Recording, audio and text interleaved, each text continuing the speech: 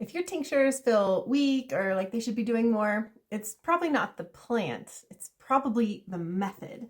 One of the most common questions I hear from newer herbalists is something along the lines of, how do I make sure my tinctures aren't too diluted? And this is a good question because a few small choices make a huge difference.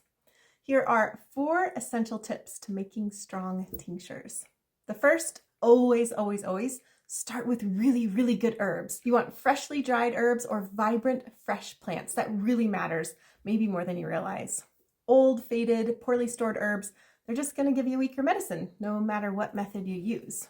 All right, second, one of the biggest upgrades you can make is measuring herbs by weight, not volume. So that means using a scale, not like a measuring cup. This is because herbs vary wildly, right?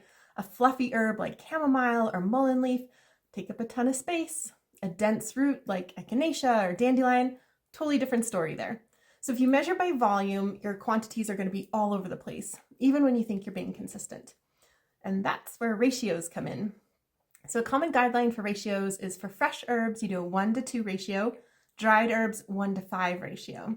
And the ratio is just a way of describing the relationship between the herb and the liquid that you're using. So 1-to-2 means 1 part herb measured by weight to 2 parts alcohol. So these ratios really help ensure you're actually extracting enough plant material to just make a really strong, really reliable tincture.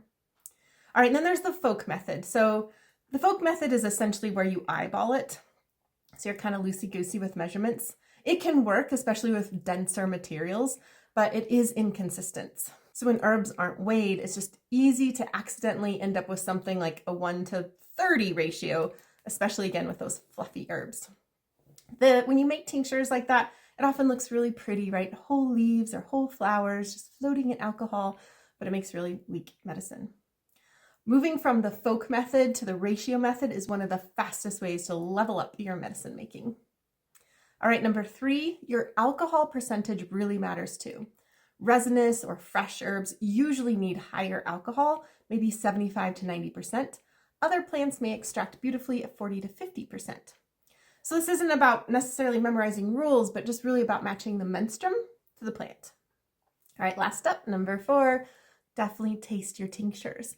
This isn't something I'm recommending to be mystical. It's a very practical skill. Over time, tasting helps you recognize strength, balance, and extraction quality. And then your senses become part of your toolkit, which is pretty cool because you always carry them around with you. All right, so here's my take. Tinctures made with care, intention, and skill are often better than anything you can buy.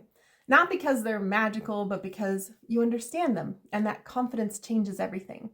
And if you want to really dial in your tincture skills from ratios to alcohol selections to tasting, that's exactly what we teach inside Rooted Medicine Circle. This is a live 9-month medicine making course that's enrolling right now, and we only enroll once a year.